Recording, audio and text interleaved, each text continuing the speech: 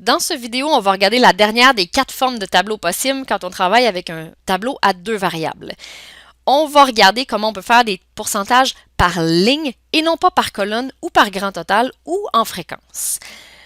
Pour ce qui est des 2 techniques, toujours les mêmes que dans les 2 vidéos précédentes, il y a la technique brute où on calcule nous-mêmes et il y a la technique où on demande à Excel de nous le faire. Allons-y. Dans la technique brute, on va encore une fois sélectionner, diviser, sélectionner le total qui va devenir l'objet de référence, qui va se transformer en 100%. Dans le cas qui nous intéresse ici, il faut que la colonne reste la même au niveau de la cellule rouge, mais il faut qu'elle puisse descendre d'une ligne, donc je ne mets pas de dollar devant le 5. Je vais faire fois 100. Je vais ajuster le nombre de décimales.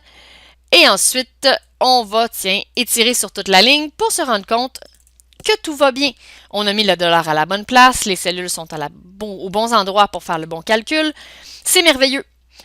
On peut ensuite aller sélectionner la ligne au complet, descendre le tout et réaliser qu'on a l'entièreté des pourcentages qu'on voulait, que les totaux sont par colonne.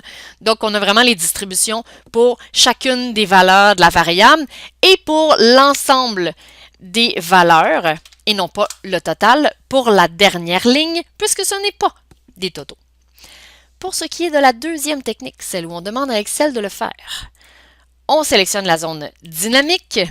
Toujours dans la section des valeurs, paramètres de champ, on choisit le nombre, on affiche et on lui demande de faire le total sur la ligne.